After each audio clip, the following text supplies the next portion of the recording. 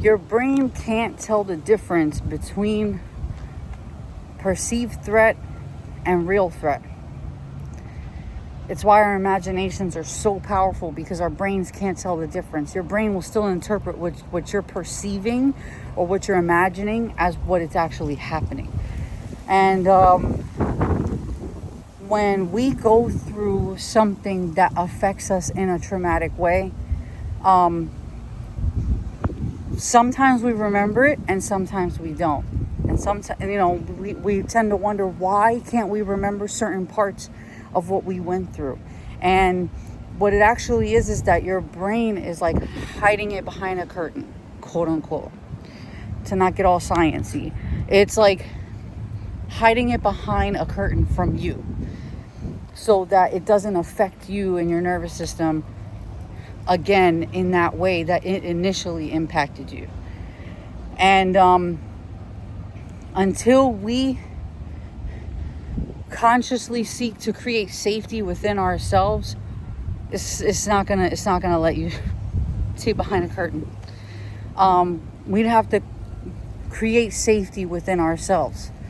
And this is also, I think, where integration comes in, because in order to create safety, like when we go through traumatic experiences, it's like there's aspects of ourselves that get fragmented. So picture like a puzzle, and the puzzle, what once was a complete picture, there's now certain pieces. Like there's one piece over there in the corner, there's one piece over there under the bed, there's one on the toy box, there's one on the counter. Those pieces are the pieces of you, or the versions of you that were impacted at that moment that the trauma actually happened. So if a trauma happened to you at 5, that piece is now over there, your 5-year-old self in that moment. Then something else happened at 11, now that piece is over there. And then something else happened at, 15, that version, she's over there, so there's versions of you at the time of impact that, because it was not processed and felt to completion and integrated, are now fragmented over there. But what happens is that now those pieces are running in your subconscious, affecting your perspective, aspects of your personality. They're affecting your behavior, your feelings, your thoughts, etc. Your choices, what you're attracted to, everything. It helps run in the background like an internal software. So it becomes part of your software. Not permanently, but that's where we come in. So once some aspects of our life changes where those are no longer the circumstance, and you find some ground of safety, or where your body starts to feel like, okay, now we can start to unpack this shit. You got to get out of survival mode. It's first and foremost. Your brain is not going to let you access shit when you're in survival mode, because it's too busy trying to help you survive. So that's the very first thing. Get yourself out of survival mode.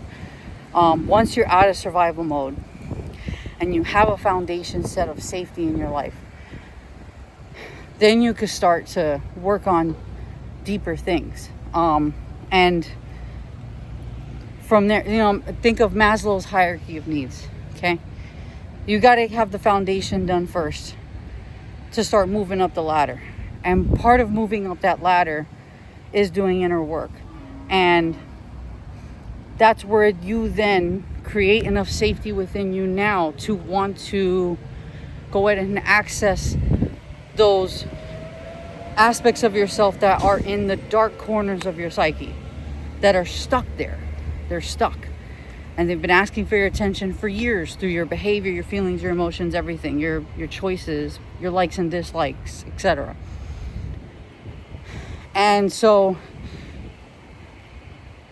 going to them through your imagination, using your imagination to help you heal, it's like you're going to each fragmented part, each part of you that was affected initially by whatever happened. And you're now giving, the version of you now is giving these other fragmented versions of you what they need. You now get to give them what they need. Whether that was love, protection, reassurance, worthiness, etc., etc., etc. You now get to go back to each one and love them and accept them for exactly who they are, where they are, and reassure them and hold them by the hand and bring them with you. This is also called integration. You're integrating them instead of leaving them like quote unquote. They're always a part of you, but they are apart from you in a way. Like that's why it's called fragmented parts of yourselves. And so you are bringing them, you're taking them back, you're bringing them with you. You're saying, I got you. You are worthy. You are protected. Things do get better. Whatever it is that they needed in that moment, they need it from you. They are parts of you. So they need you the most. They only need you. Not to say people can't complement your healing, of course, but they ultimately need you. And you take them by the hand and you bring them with you into now. And show them that it's okay. And that everything is okay. And this is also how we find resolve. And as we take each version of ourselves by the hand and do this and integrate them, we take back parts of ourselves. We become more whole. This in turn naturally will affect your perspective, your likes and dislikes, your decisions, your habits, your all that shit. You're basically your software that runs in the background that affects you every day, how you move, how you show up, etc. It basically is a software upgrade. Each time you do that, you are upgrading your software to a more authentic you, to a more whole you. And is it easy? No. You feel the discomfort.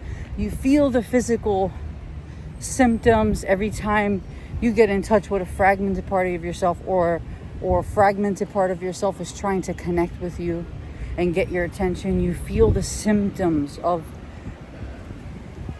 them, of their cry. Sometimes the symptom, not that the only symptom is crying. It could be sweating. It can be anxiety. It can be fight or flight. It can be a freeze. There's so many different ways that if you just pay attention to your body, you'll see when parts of you are communicating with you. They are communicating with you all the time. Pay attention to how you feel when you go into certain environments. Pay attention to, check in with yourself and see, okay, how am I feeling? If you notice there's a shift in yourself, pause and take a moment and see, okay, what, it's that ask yourself questions, get curious, like, what is causing this shift? What am I feeling? Name what you feel. I feel anxious. Don't say I am anxious. That's an identity. I feel this. I feel that. My body is now sweating, etc., etc. Once you name it, it takes the mystery away from it and just places it, like, it takes the power away from it, from being this, oh my God, and makes it easier to process. And listen to your body. Our minds, your mind can lie to you, okay? Your mind can lie to you because your mind is always trying to create narratives, whether they're false or real. But your body never lies, ever. Your body cannot lie. Your nervous system cannot lie. Pay attention to your body. Learn how to be in tune with your body. This is not just some natural thing. Like, this is a skill like anything else, like riding a bike. If you don't ever get in tune with your body, you won't know the difference of how you feel when you're signaled and when something's happening, when your body's trying to speak to you, etc., etc. You won't know.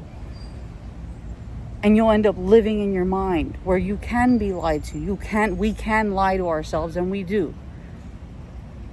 Because our ego is also trying to protect us, just in a very different way. Sometimes that can be destructive.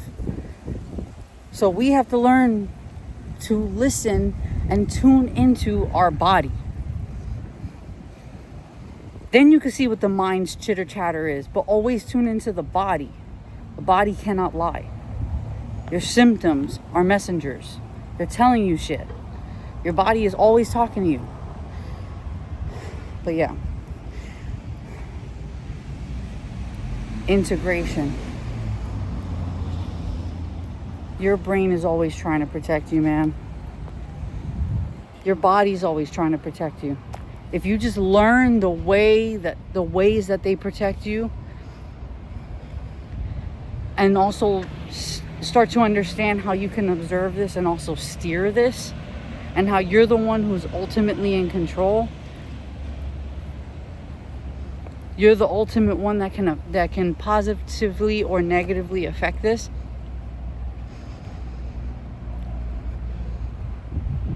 You'll learn better how to create, because you're always creating. Whether you're conscious of it or not, you're creating. But the quality of what you're creating, to intentionally create, is a skill that is learned.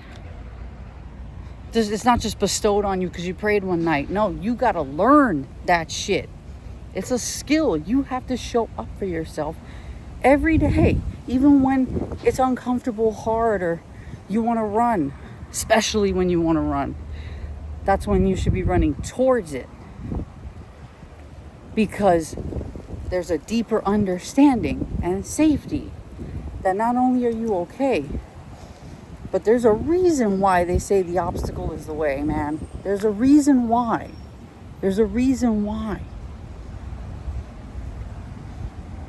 Got to expand our capacities for discomfort and observe ourselves in deeper ways and get in tune with ourselves and go and love these parts of ourselves that need us.